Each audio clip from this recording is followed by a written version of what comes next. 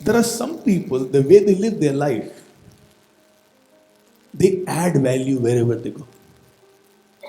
They are these North Stars. One such person is this man called David Goggins. Now, who is David Goggins? Let me give you a little background.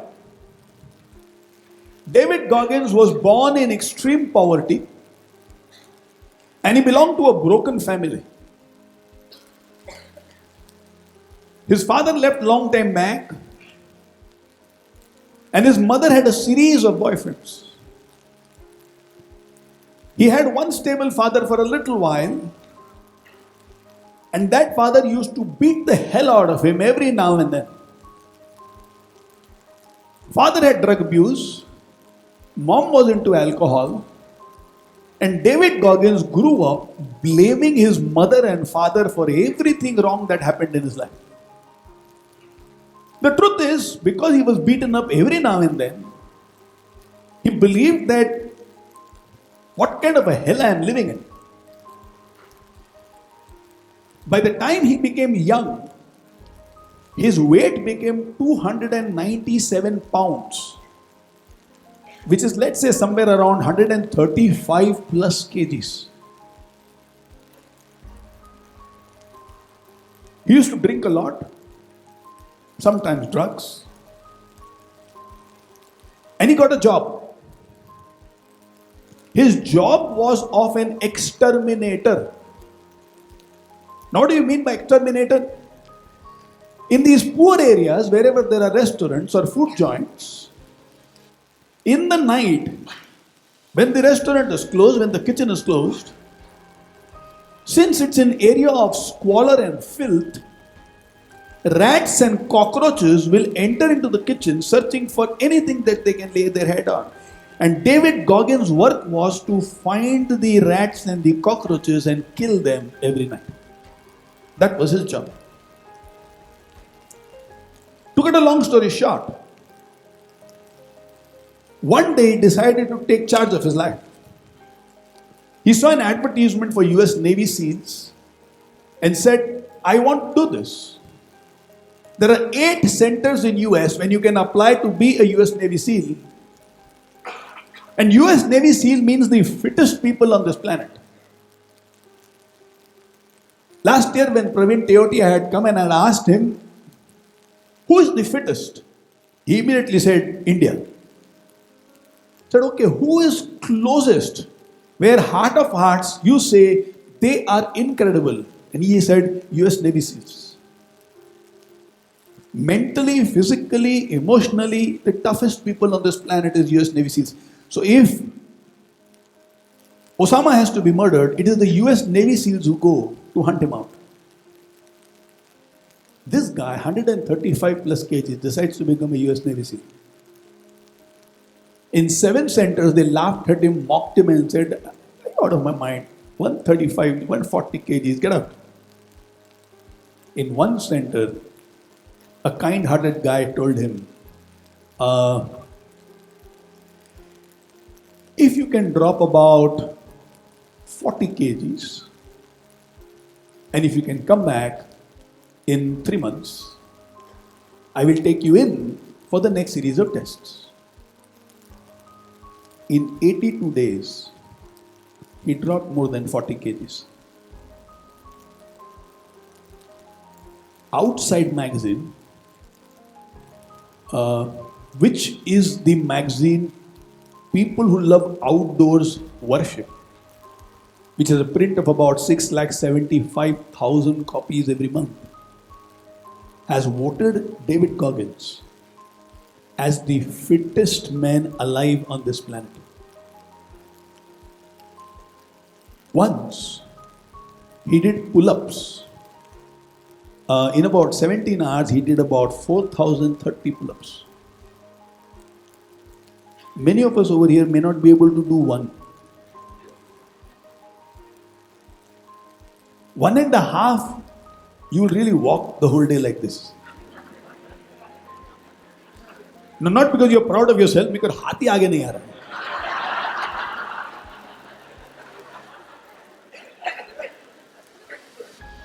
4,030, 17 hours.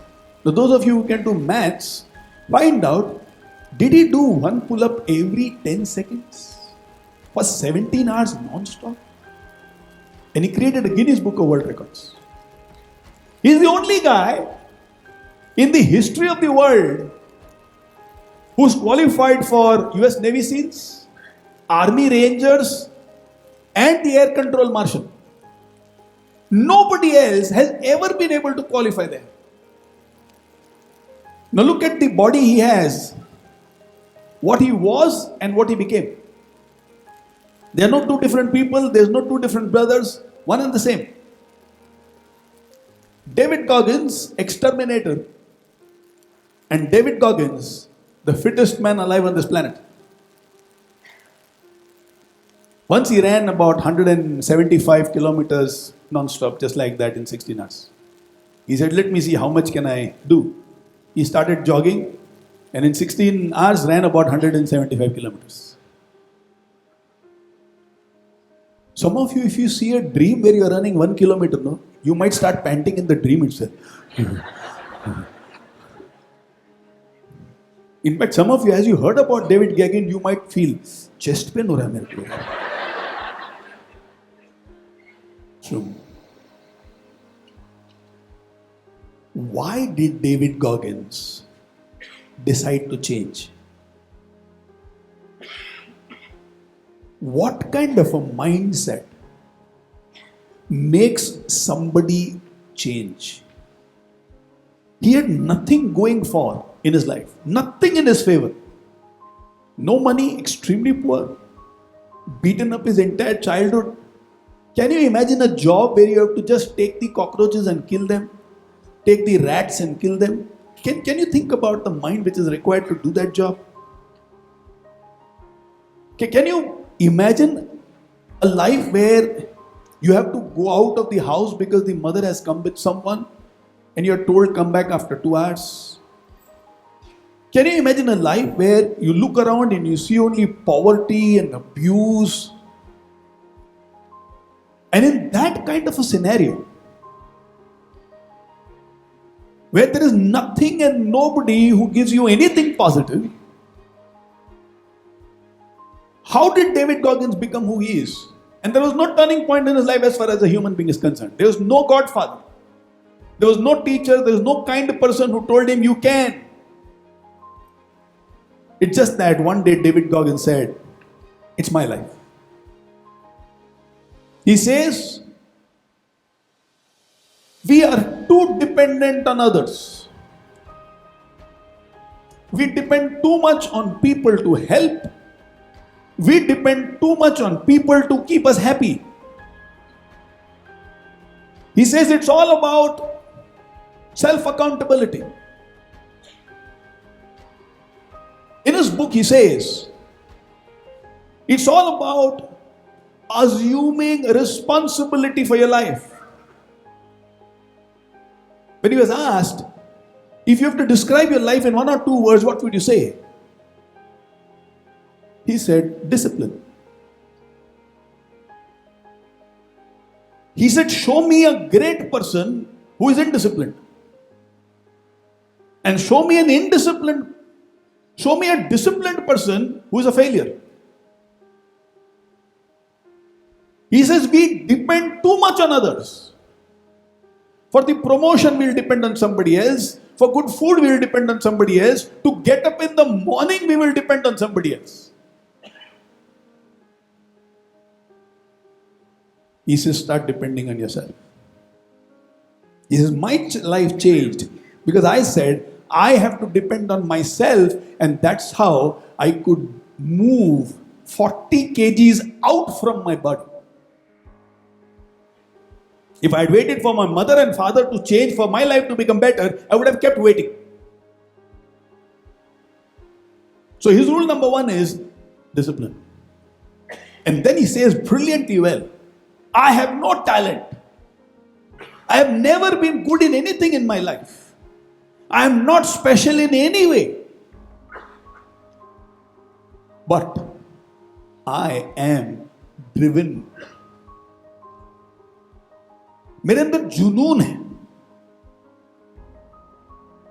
And he says that's what is required for anybody to live a good life. I'm not special. I have no qualifications. I have no assets. I have no people. I don't have education. I don't have any talent.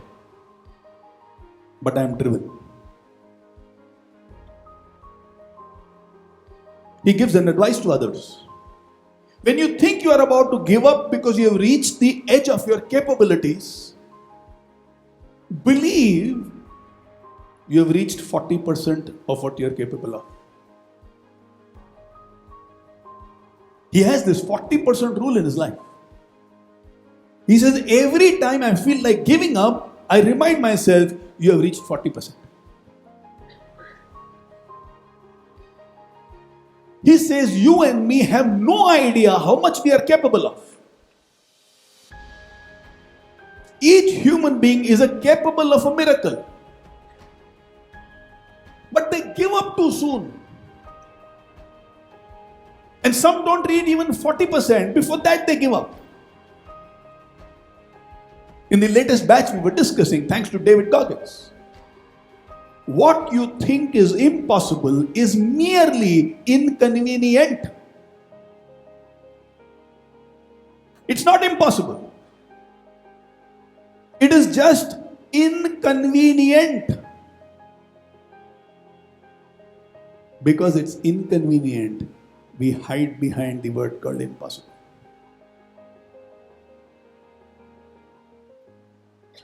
He says,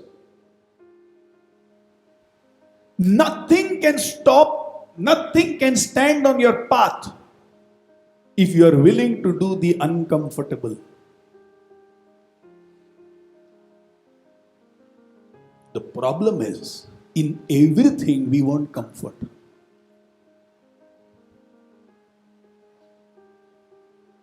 Nothing can stand in front of you. Nothing. If you are willing to do what is uncomfortable. David Goggins says, oh, all of us would love to drive on the express highway with 4-lane traffic. In our life, those express highways of 4-lane traffic has to be built.